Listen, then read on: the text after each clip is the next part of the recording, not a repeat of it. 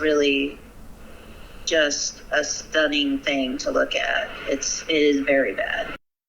Residents in multiple states are working to clean up after those devastating tornadoes Friday night. One of the hardest hit areas was Kentucky, and that's where several Oklahomans are helping out. 2 News Oklahoma's Katie Kelleher shares what they're doing to give back and how you can help too.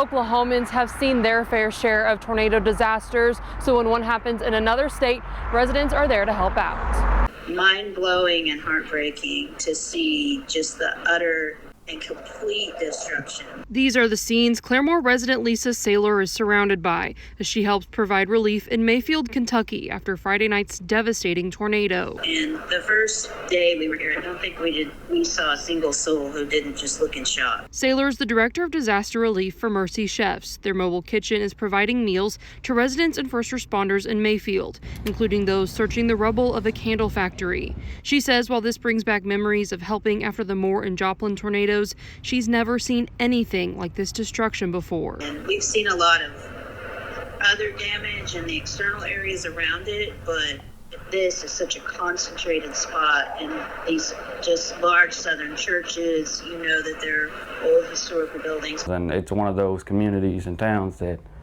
if you're there, you know everybody. While he now lives in Haskell, Oklahoma, just south of Coweta, Michael Elligood grew up in Mayfield and Dresden, Tennessee, another area hit by the tornado. While he says his immediate family is okay, there's still a lot to worry about. Basically just worrying and hoping and praying that it didn't hit you directly, and now it's just family and other friends that you knew and you grew up with that some are still missing. After seeing the aftermath of the tornado, Elligood started asking for donations through Facebook to take back home, requesting items like clothes and bottled water. What he thought would be just a little help turned into more than he imagined. These items in his truck bed, just a small portion of what he's received so far, and he hopes to get more before he leaves on Thursday. I was already going back home, and I just didn't want to go back home empty-handed to nothing, to be honest with you. Because the routes that I travel, I've seen videos, and there's not a building standing anymore.